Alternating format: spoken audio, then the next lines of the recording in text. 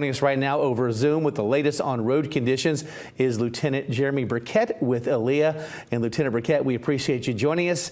I know it's been a wild last 24 hours for you guys, and we just learned about a problem in Macon County. Get us up to speed on what's going on there.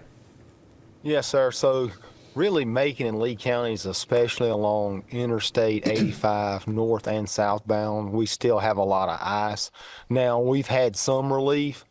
So we're actually able to get some teams out there, which is really comprised of a whole variety of stakeholders. You got Alabama National Guard, you got Conservation, us, the Alabama Department of Transportation, everybody really working together through coordination with the EMA to be able to get some people out there.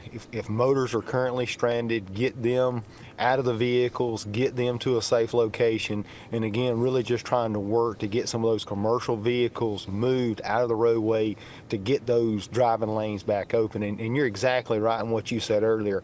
All it takes is one crash right now, and that's why it's so critical. Again, we're really hoping as the day progresses that the temperatures warm up and we get some relief from Mother Nature, especially as it relates to the ice on the roadways. But all it takes is one vehicle, and then it's that chain reaction, which is what we've seen in a lot of the issues, whether it be Macon County, Lee County, Dale County, Butler County. There's a lot of issues. South Montgomery County, a lot of places that we've seen problems, and it really just started with one crash or what we refer to as a motorist assist, where we've got first responders out there just trying to get somebody off the side of the road, and then a crash occurs. Lieutenant Burkett, you're in Troy, and behind you it looks beautiful. Love seeing the snow on the ground. Talk about the conditions there. We saw Troy, Greenville, and Delusion, our viewing area, get hammered with a lot of snow. What's it like in Pike County and Troy today? So Pike County, we've still got 3 or 4 inches of snow most all over the county, and then we do have a tremendous amount of roadways that are still covered in ice. And again, just really hoping that this temperature kind of warms up and we get some relief, and eventually if that ice, that's the key. If we can get the ice off the roadways, then we can get these driving lanes back opened up.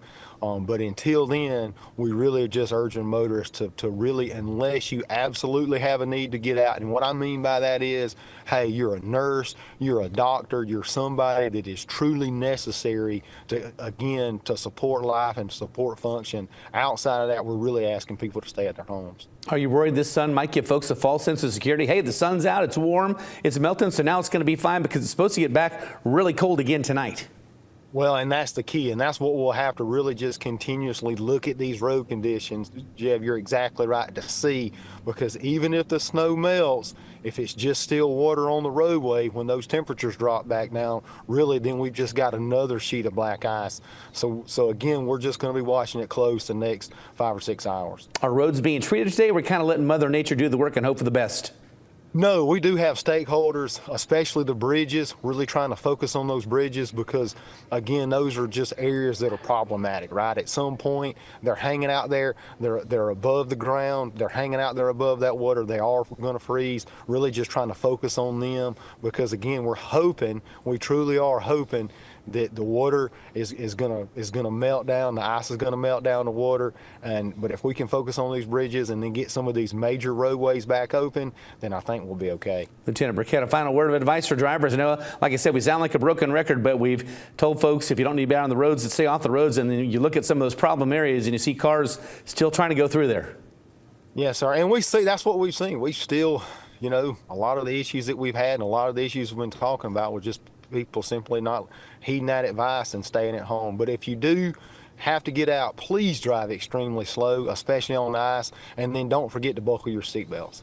I know ALEA is very busy, so we appreciate you taking some of your time, keeping the road safe and letting us know the latest. Thank you so much, Lieutenant Burkett, for joining us on the News at Noon today. Yes, sir. Thank you. I always appreciate your time.